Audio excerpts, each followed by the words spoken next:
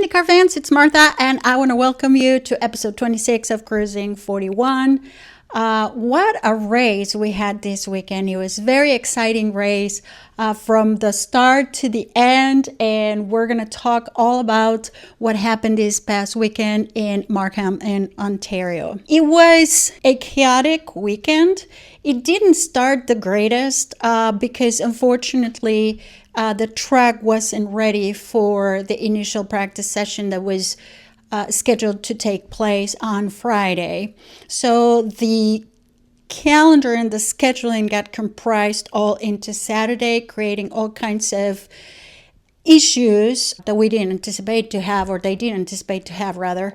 And it was chaotic. It started not with, the best of ways, but then the weekend got better and better and better. And we are going to be talking all about what happened during the race. But if I have to summarize, like I said, it was a chaotic weekend that turned into a very exciting, super competitive product at the end of that race.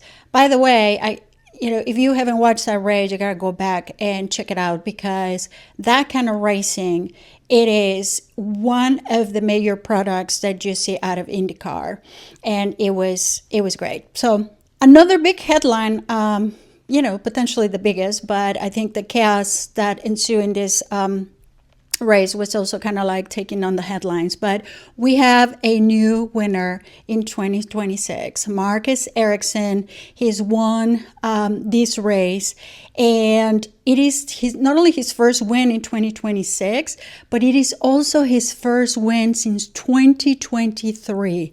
That was like 63 races ago.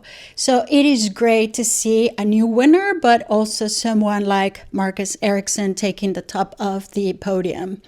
It was a very competitive race for the Andretti Global driver, and a back-to-back all Honda podium. Let's talk about quali, because not only we had this exciting and wonderful win from Marcus Ericsson, but also during quali we saw Louis Foster taking pole position, only his second pole position of his career, and that was great to see an RLL car taking pole, and a new pole sitter obviously for 2026.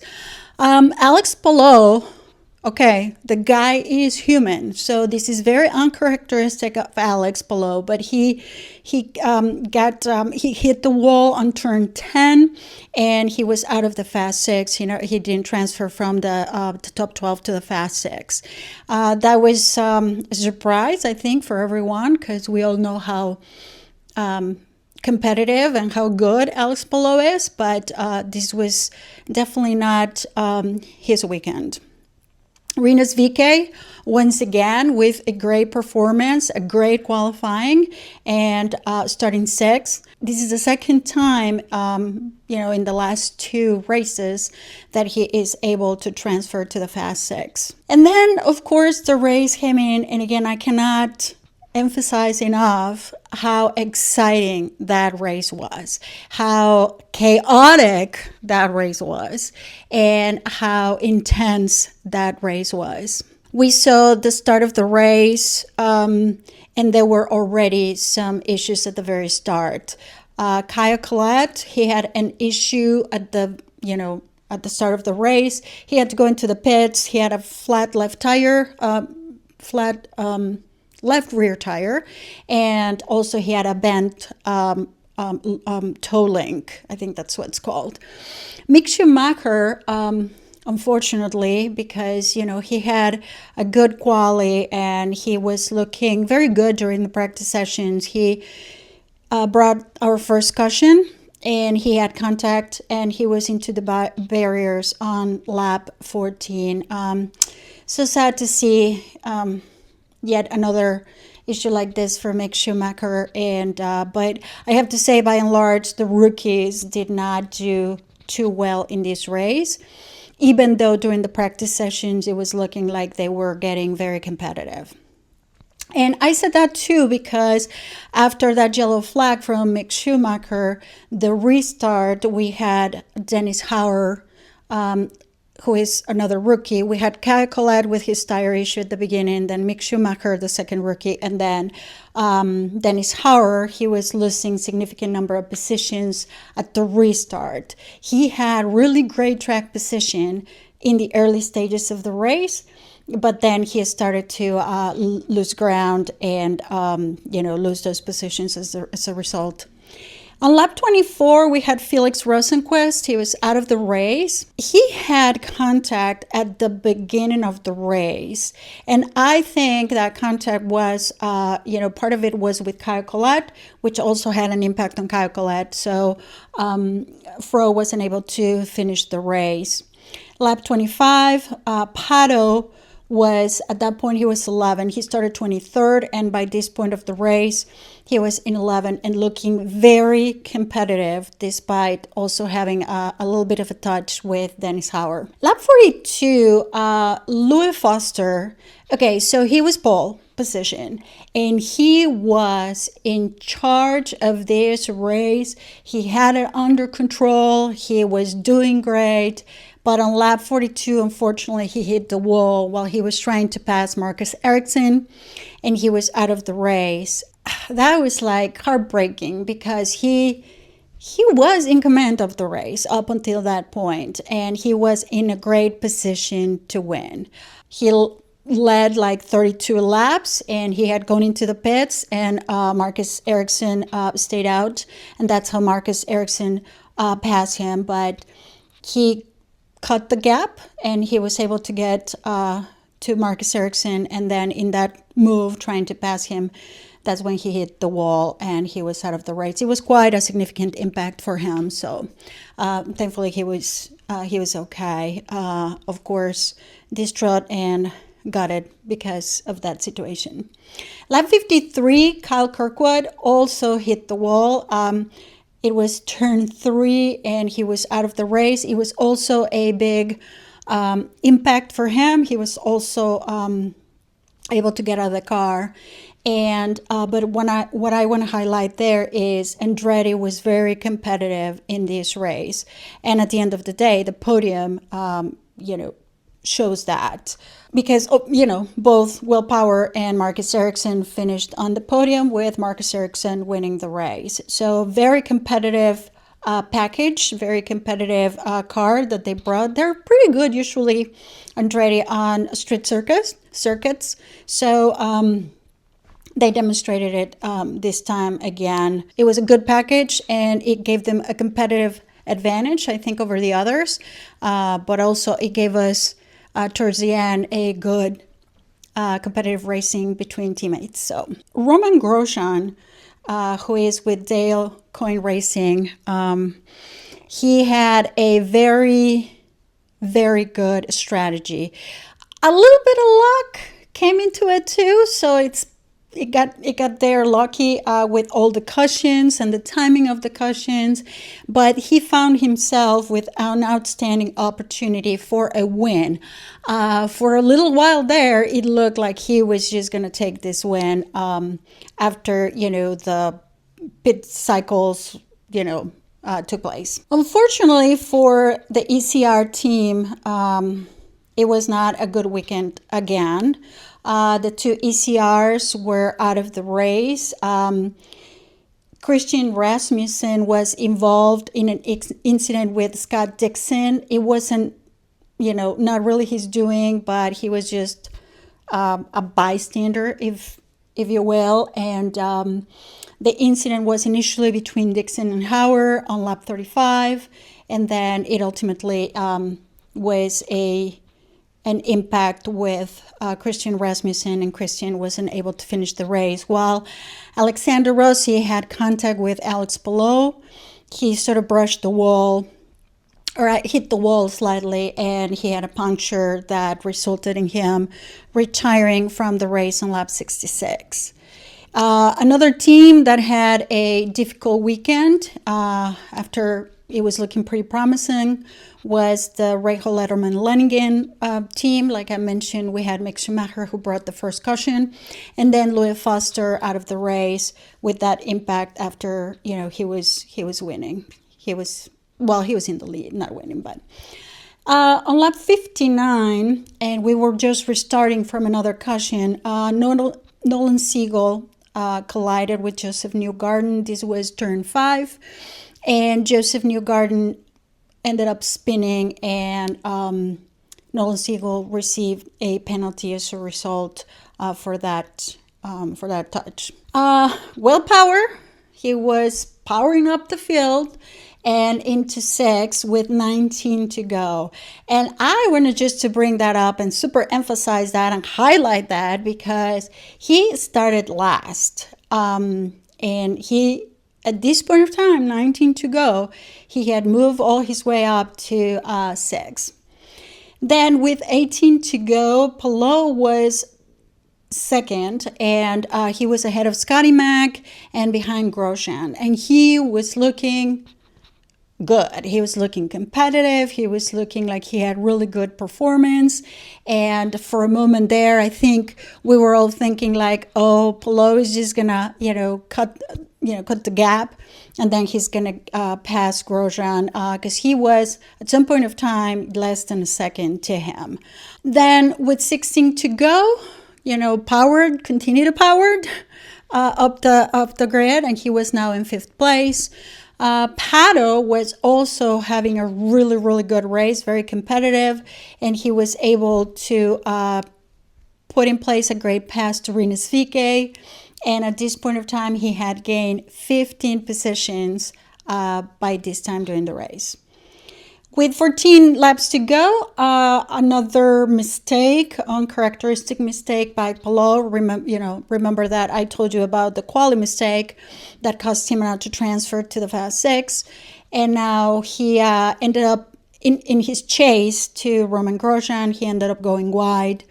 And so he lost a lot of momentum in ground. By 13 to go, and I have to go lap by lap because this race was like evolving and changing every single lap, and the order kept rearranging. So with 13 to go, Will Power was now 3rd place, and he was just looking pretty unstoppable. Ericsson at the time was 4th, and then Pato with 10 to go, he was 7th.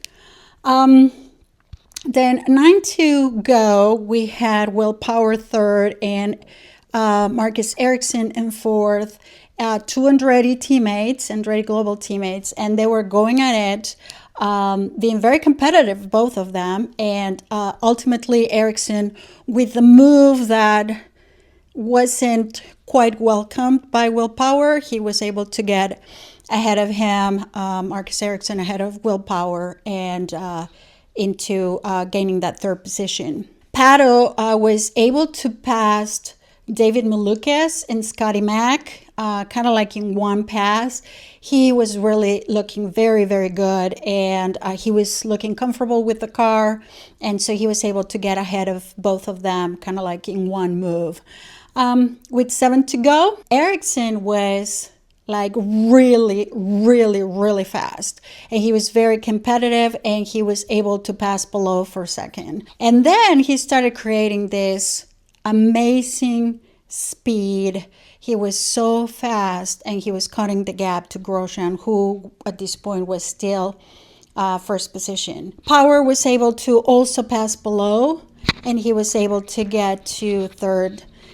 So at this point of time, and I'm talking, like 6 to go, we had Romain Grosjean, Marcus Ericsson cutting the gap to Romain Grosjean, and Will Power in 3rd. With about 5 laps to go, that gap was cut considerably, and now we were seeing Marcus Ericsson right in the back of Romain Grosjean, and he was finally able to pass him, and he took the lead of the race. So it was an outstanding race from the top three. The final result was Marcus Ericsson winning. Like I said, first win in 2026 and his first win since 2023. And it was a great win. It was a great race. It was very methodical, very calculated, good strategy, and good, pit stops. So it was an outstanding race, exciting beyond words, and very competitive. And you never knew, or you didn't know until the end who was going to win. A great result for Will Power also, because now he's able to get back-to-back podiums with Andretti Global. He seems now to be getting a hang of the car and this Honda engine. Remember that at the beginning of the season he was having all kinds of troubles, but he seems to now have started to find that groove and that competitiveness and performance. And this was also another all Honda podium. Now we have back-to-back all Honda podiums. The first Chevy in that list was Pato, and he was fifth. And again, an exciting competitive race. We saw over 240 overtakes. It was like, wow. You couldn't even just stop watching, because you never knew when the next caution was going to come out, or when the next issue was going to take place, or whatnot. So as far as Pato goes, like I mentioned, Pato started 23rd, and he was able to finish fifth. He had a grid penalty. The Saturday for him it didn't go well. He was very frustrated. He was angry. There were an onboard showing him he was hitting kind of like the dashboard.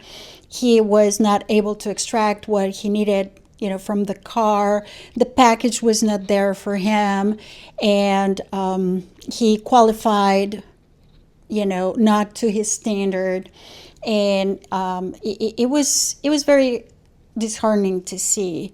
But then the race came about, and the team did some magical things to the car, and he was looking racy, competitive, performing well, and he looked comfortable with the car and with the performance of the car. 23 to fifth. It was a great race for him, and hopefully this is the point in which the team turns it around and can give him a competitive car, so he can continue to show what he can do, those ninja hands and the paddle we all know and love. As it relates to championship, Palou is still obviously ahead of Kirkwood. He finished fourth, so it's not like there was a lot lost as well. Kirkwood didn't finish the race, and so he is now in the lead by 133 points, and Malukas is behind by 137 points. Pato is closing the gap to Lundgaard, and he is only 18 points behind. But, the reality is, I think that it is very possible that with a good result from Alex Palou, and I'm not necessarily saying a win, but a good result from Alex Palou can put him into, to winning the championship just, next race. So we have only 4 more races to go. If Alex Palou doesn't clinch this championship this coming weekend, I'm recording this on Monday, this coming weekend in Washington, D.C., then there will be 3 more races to go. So I do not think that he's going to lose this championship, but hey, you never know. Until it's mathematically possible, we'll see what happens. Next, we go to Washington, D.C., and if you have not watched my TikTok video that I posted while I was in Washington, D.C., and all the preparations that are taking place in the streets of Washington, D.C. in preparation for this race, you got to go check it out. But this is the Freedom 250 Grand Prix of Washington, D.C., a historic race, a unique race, and a 1.7 mile circuit. It will be 250 miles, 47 laps, and there's going to be 7 turns. The start and finish, it will be on 3rd Street. Then the main straight is going to go through Pennsylvania Avenue. Then it goes to 9th Street, then to Constitution Avenue, 7th Street, and then into Independence Avenue to finish again on 3rd Street.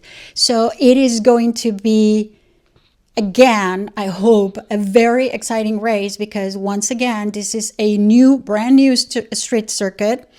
There is no data for anyone about it. And we saw what Markham gave us this weekend, and an exciting race, a new winner, a new pole sitter. And I am expecting that something similar will happen in Washington, D.C. We should keep an eye on Andretti. They show us time and time again that they're very good at street circuits. Kyle Kirkwood usually is the one that's the strongest, but now after the display and performance that we saw from both Marcus Ericsson and Will Power, then all bets are off, and any of them could take this race. David Malukas too, who is still chasing that first win in IndyCar. So we'll see. There's a lot that will happen. Hopefully a great, exciting race yet again. And you have to watch it. Do not miss it. And anyway, I hope you like this video. Give it a like. Subscribe to the channel and engage with me on my socials. There is so much to talk about when it comes to IndyCar and these last 4 races. And I really want to engage with you. I'll put my socials here like I always do, and then feel free to reach out and ask me any questions or give me your comments and let me know what you think. And take a look at my TikTok on what's going on in the streets of Washington, D.C. And I'll talk to you soon. Thanks for listening. Bye.